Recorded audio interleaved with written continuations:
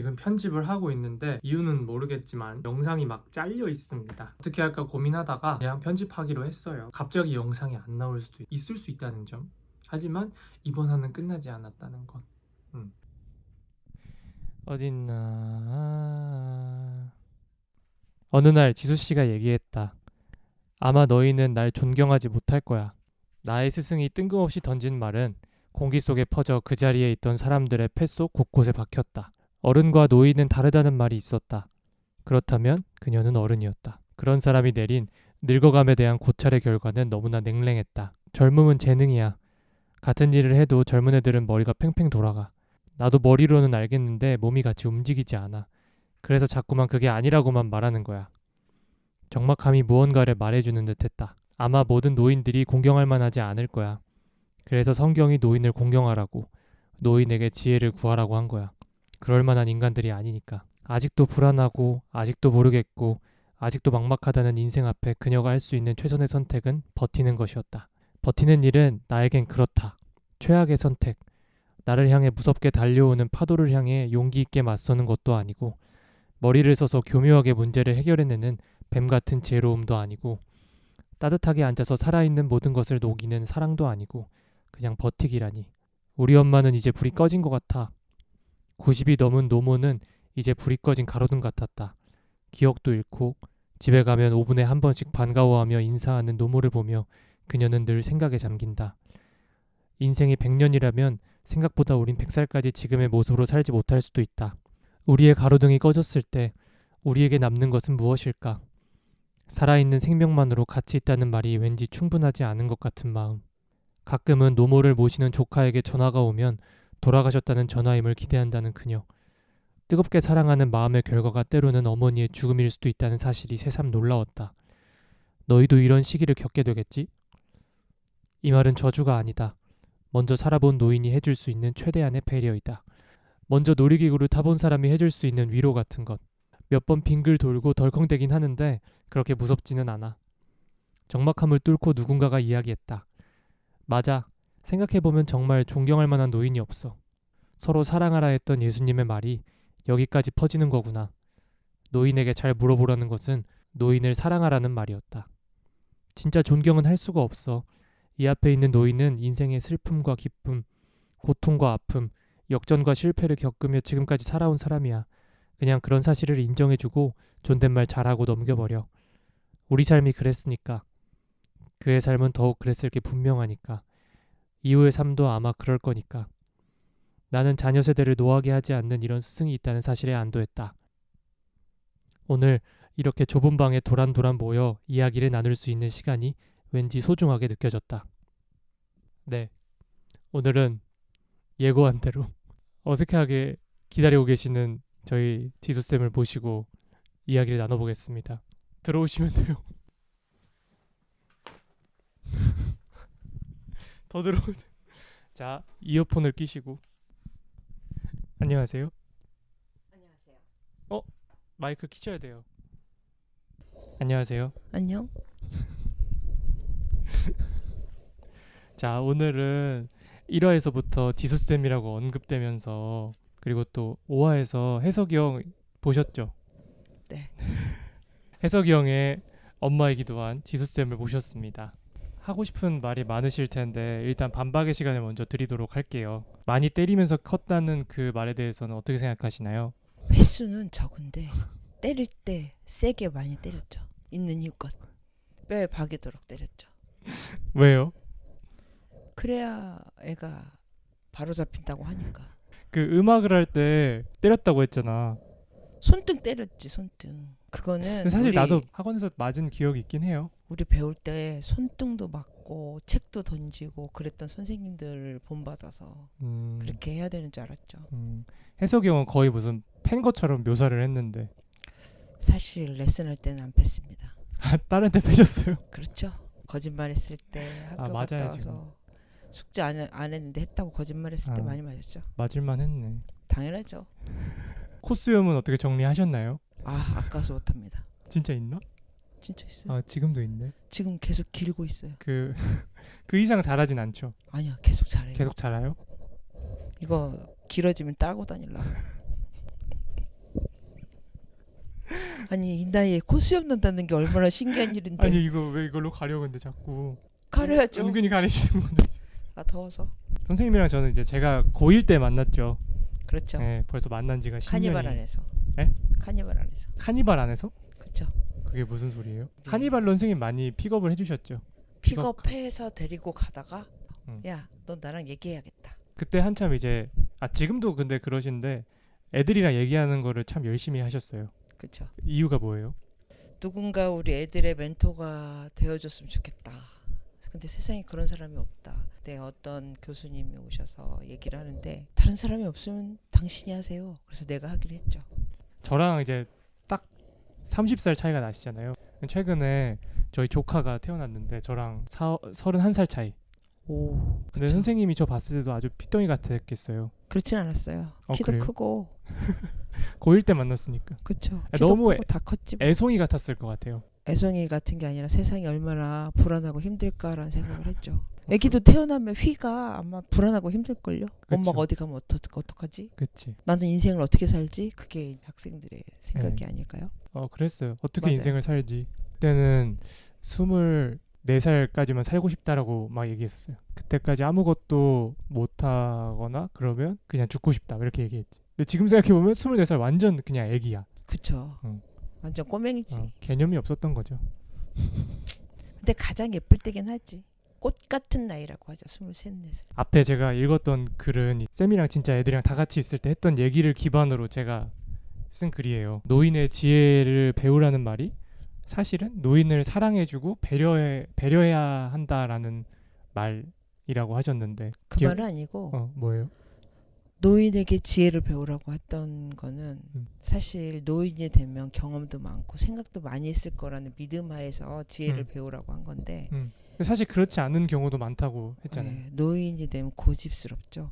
고집스러울 뿐만 아니라 자기 인생이 최고로 생각하고 그 경험이 다라고 생각하는 노인들이 훨씬 많죠. 공경한다는 거 자체가 어려울 수 있다. 그들을 그냥 인정해줘라. 그런 의미로 말씀을 하셨었는데 그때 그런 의미는 아니에요? 생각이 좀 바뀌었어요? 그거하고는 약간 다르게 성경에 노인을 공경해라 라는 말이 이렇게 노인에게 지혜를 구해라 라는 말과 이렇게 조금 나뉘어져 있거든요. 그래서 노인을 공경하라 하는 말은 공경할 수 없기 때문에 공경하기 힘들기 때문에 공경하라는 말이다. 어래. 그리고 사실 말을 끊는 게 훨씬 더 편안한데 노인에게 귀를 기울여주면 그걸 공경으로 받아들일 수도 있고 사실 공경스러워서 공경하는 게 아니라 공경해야만 하는 공경스럽지 않아서 그 방법이 어려운 것 같아요. 어렵죠. 사실 주는 대로 받는 건데 그들은 공경하지 않잖아요. 노인들은 젊은 애들이 젊은 것들이 어디서 버릇없게 이런 말도 훨씬 많이 하잖아요. 요즘에 지하철을 타고 다니는데 네. 진짜 많아요. 젊은 여자나 젊은 남자들은 무조건 안 피곤할 것이다. 무조건 건강할 것이다.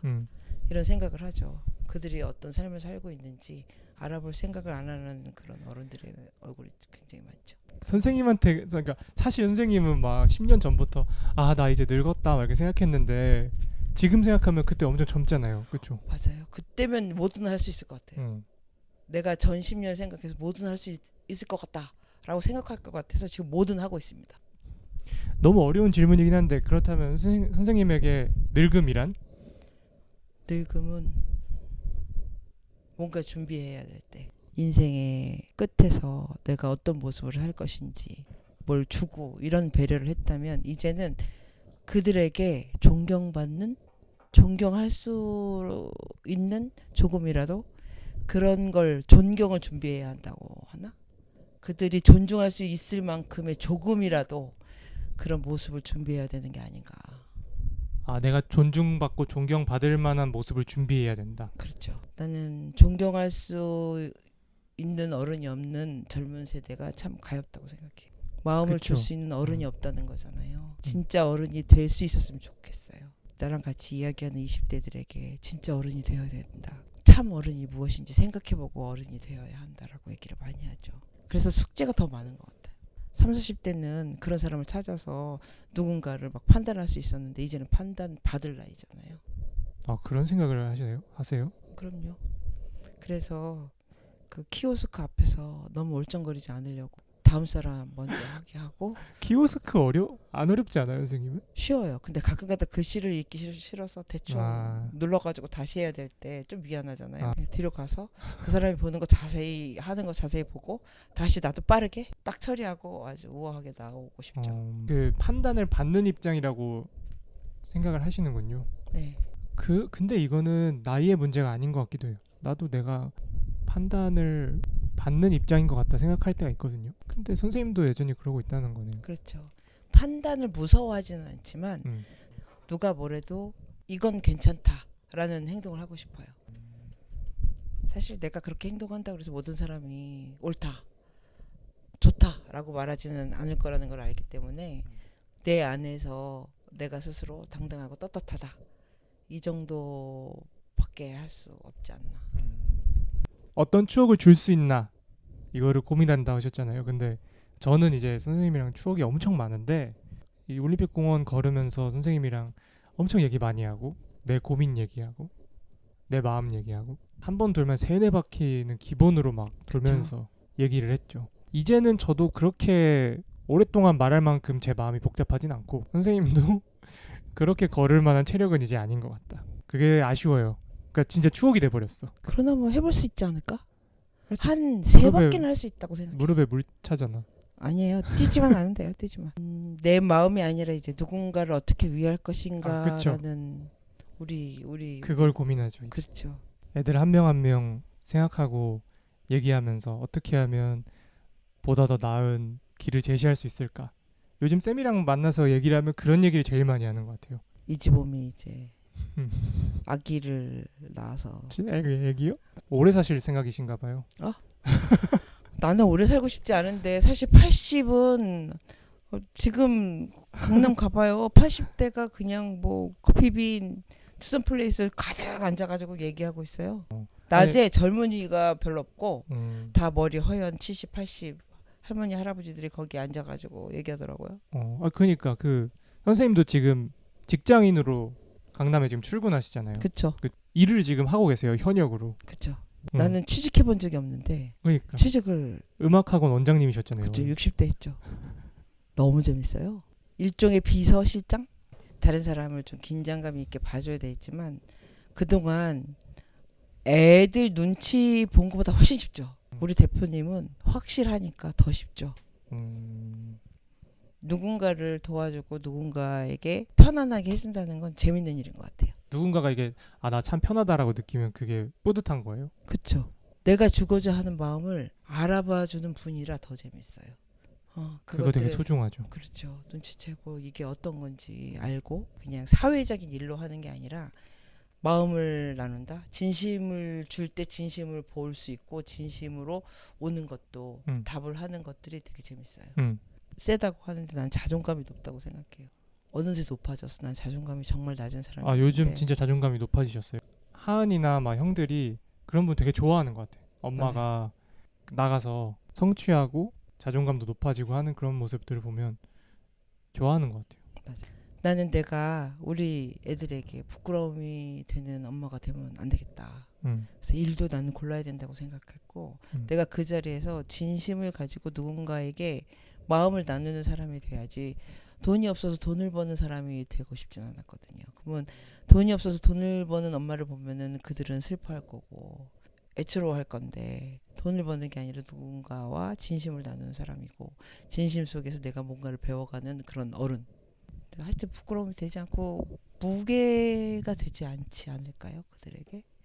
그들에게 너희 자존감을 가지고 살아라 라고 말하는 것보다 내가 자존감을 갖고 살아야 그들도 자존감을 가지고 살지 않을까.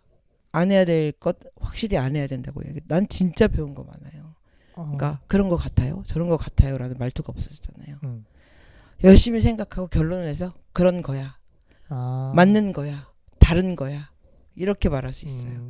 같아요라는 말이 굉장히 배려 있지만 책임을 살짝 회피하는 말이죠. 책임을 회피하는 말인데 책임을 지는 말투인 거예요 그게. 그래서 책임을 지는 삶을 살아야 되는데 어느새 책임 회피하는 말투가 세상에 완전히 퍼져 있다. 그러지 말아야겠다. 이제 책임을 지는 삶을 살아야겠다. 근데 나도 이 얘기를 듣고 해보려고 했는데 내가 느끼기에 너무 세요. 그런 거 같아요. 그러니까 사실은 내 의도를 전달하려는 목적이 90% 이상인 건데 전 좀 그런 거 같아요라고 얘기 안 하고 전 그래요. 이렇게 하기가 쉽지 않더라고요. 전 그렇다고 생각하는데 어떻게 생각하세요? 이렇게 돌려서 얘기하라고요. 그렇죠. 그러니까 내가 옳은 게 모든 사람한테 옳은 건 아니잖아요. 그렇죠. 당신은 틀리고 난 맞아요는 아. 아니죠, 그게. 결국 선생님 얘기 들어보면 눈치인 것 같아요. 그 사람의 마음을 딱 눈치를 보고 저 사람 지금 저게 필요하다. 이거를 파악해서 적절하게 그거를 대응해 주는 거. 왜냐하면 솔직히 자기 자신을 다 아는 사람이 어디 있어요. 자신이 어떤 마음인지 어떤 생각을 가지고 있는지 자기를 알게 되면 다른 사람도 다 자연스럽게 살펴지지 않아요? 그렇죠. 그렇죠. 약간 배려라고 생각하고 응? 자기 자신을 배려하는 것처럼 다른 사람을 배려한다면 당연히 진심이 되지 않겠어요? 그러니까 성경을 읽으려면 제대로 읽어야지. 성경에서 가장 황금률의 법칙 있잖아요. 받고 싶은 대로 줘라. 내가 좋아하는 것만 원하고 내가 좋아하는 것만 구하고 다른 사람이 좋아하는 것에는 생각도 안 하고 이거는 뭐 아기 때 찢지 먹는 아기 때를 벗어나지 못하는 거죠. 그 외에 아까 말씀하셨던 것처럼 그 받고 싶은 대로 줘라. 네. 또 있지만 그 오른뺨을 치면 왼뺨도 돌려대라라고 하는 말도 있잖아. 그렇죠. 그 잘못 적용하면 굉장히 이상해지잖아요. 인생이. 사실 그 말은 내가 해석하기에는 매기는 거예요. 네가 때렸냐? 더 때려봐. 이런 더 때려봐. 그러면 회사 생활 하시면서 오른뺨을 쳤을 때 왼뺨을 같이 돌려대는 것도 적용해 보신 적 있으세요? 그렇죠. 근데 양쪽 뺨 둘 다 맞고 집에 오면 그날은 너무 힘들 것 같은데. 양쪽 뺨 안 때리더라고요. 아팠어요? 이렇게 말하더라고요. 그래요? 그럼 제가 더 어떤 게 더 잘못했을까요? 이렇게 얘기하면 그거 빼면 그보다 훨씬 괜찮아요. 이렇게 얘기해 주더라고요. 오른쪽 뺨 때렸는데 이렇게 돌려대면 때리는 사람이 별로 없어요. 사실 알고 보면. 다이나믹한 사회생활을 하고 계시네요. 그렇죠? 제가 하는 일이 이제 비정규직이잖아요. 그렇죠. 근데 불안했어요. 지금도 가끔 불안한 마음이 올라오고. 근데 선생님이 취직을 하고 정규직을 전환됐다는 그 얘기를 듣고 왠지 내가 너무 안심이 됐어. 왜요? 아직 늦지 않았구나. 당연하죠. 아직 늦지 않았구나. 그렇죠. 당신은 인생을 한 10번, 20번 바꿀 수 있는 그런 충분한 시간이 있다고 생각합니다. 사실 나이가 든다는 건 뭐냐 하면 이건 진짜 내가 원하는가? 내가 원하지 않는가? 이런 것들보다는 여기서 진짜 나를 원하는가? 나를 원했으면 좋겠다. 내가 필요했으면 좋겠다. 이런 낮아지는 마음이 훨씬 더 많아지는 것 같아요. 저 말고 이제 다른 애들한테도 학생들한테도 멘토쌤으로 이제 역할을 하고 계시잖아요. 애들한테 그 긴 멘토쌤으로서의 역할을 하면서 걔들한테 꼭 가르치고 싶은 핵심 메시지가 뭐예요? 기준을 가져라. 그리고 태어난 건 내가 마음대로 태어나지 못했다. 내가 선택할 수 없는 수용하는 걸 먼저 가르쳐주고 싶어요. 부모를 선택할 수 있는 것도 아니고 나라를 선택할 수 있는 것도 아니고 성별을 선택할 수 없잖아요. 근데 내가 선택하지 않은 것 때문에 고통받는 친구들이 있잖아요. 그 고통받는 친구들이 되게 신기한 건 뭐냐면 자기 탓을 많이 해요.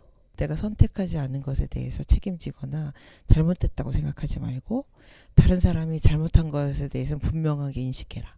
그 다음에는 이제 너가 선택하지 않은 것처럼 이제 네가 선택할 수 있는 것들을 제대로 선택하는 건 자기 자신을 아주 소중히 여겨주는 것부터 시작하죠. 이제. 그리고 내가 가지고 있는 충분한 능력 있다. 사실 이 선택은 절대자의 손에 있었던 게 아닌가. 그 절대자는 절대 아무것도 안 주면서 살아봐 라고 하는 분은 아니다.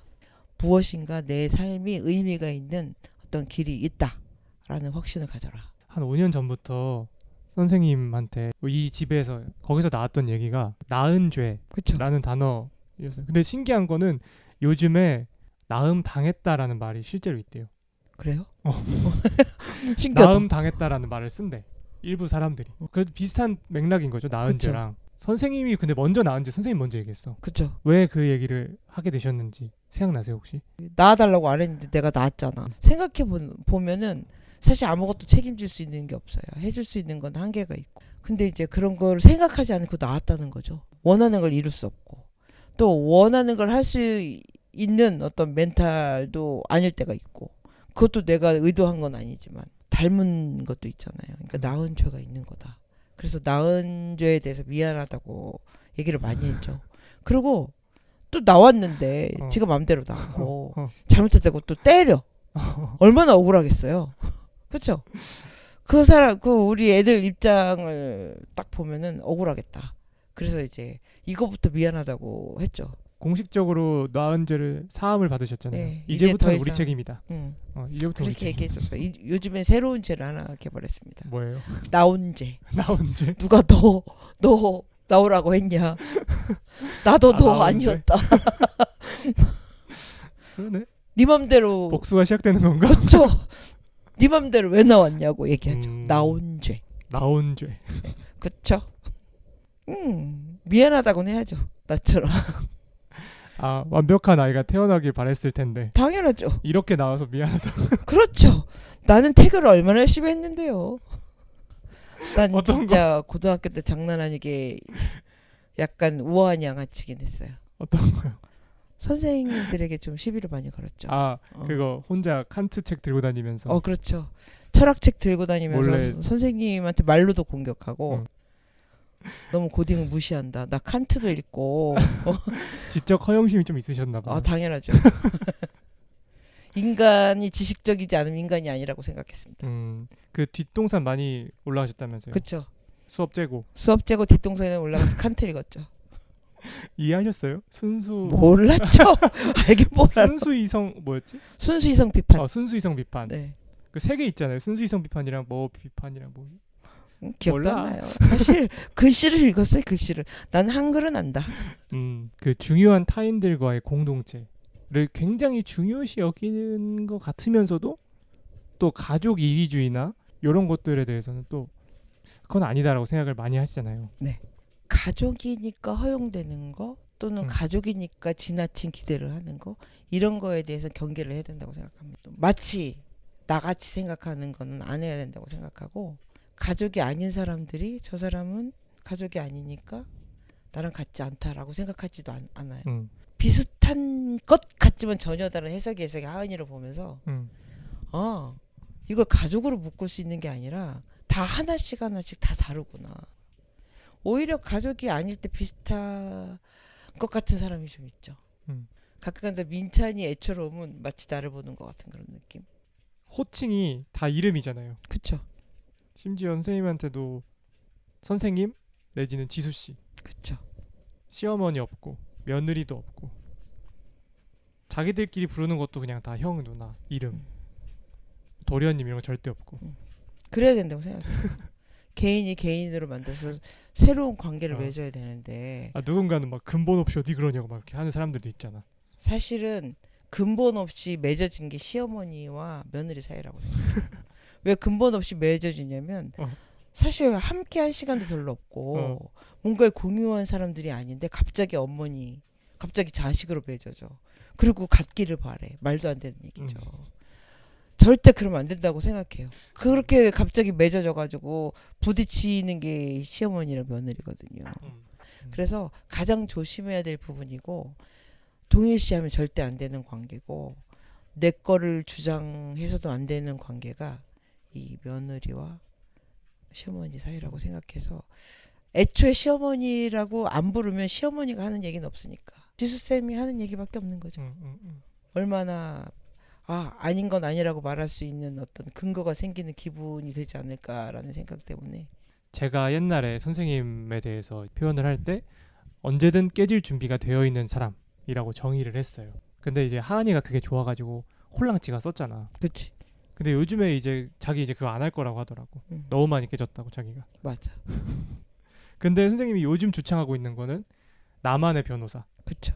깨질 준비가 되어 있다는, 그러니까 하은이가 깨질 준비가 되어 있다라는 느낌을 가끔가다 내가 받는 느낌은 병이나 항아리가 깨질 것 같은 그런 깨질 준비 같고, 나에게 깨질 준비는 어떤 거냐면은 내가 가지고 있었던 어떤 생각들이 그치. 다시 헤쳐보여의 느낌인데 하은이는 자기를 박싹 맞다. 깬다 이런 맞다. 느낌이 있더라고요. 내가 선생님을 얘기할 때도 항아리가 깨지는 느낌보다는 편견? 생각의 그쵸? 선? 네. 이런 것들을 과감하게 깨는 사람. 그쵸. 그리고 그거를 더 넓히는 사람. 그쵸. 하은이가 이 생각을 맞네. 바꿔줘야 되는데 맞네. 언제 바꿔줄까 지금 이거 하은이가 봤으면 좋겠다.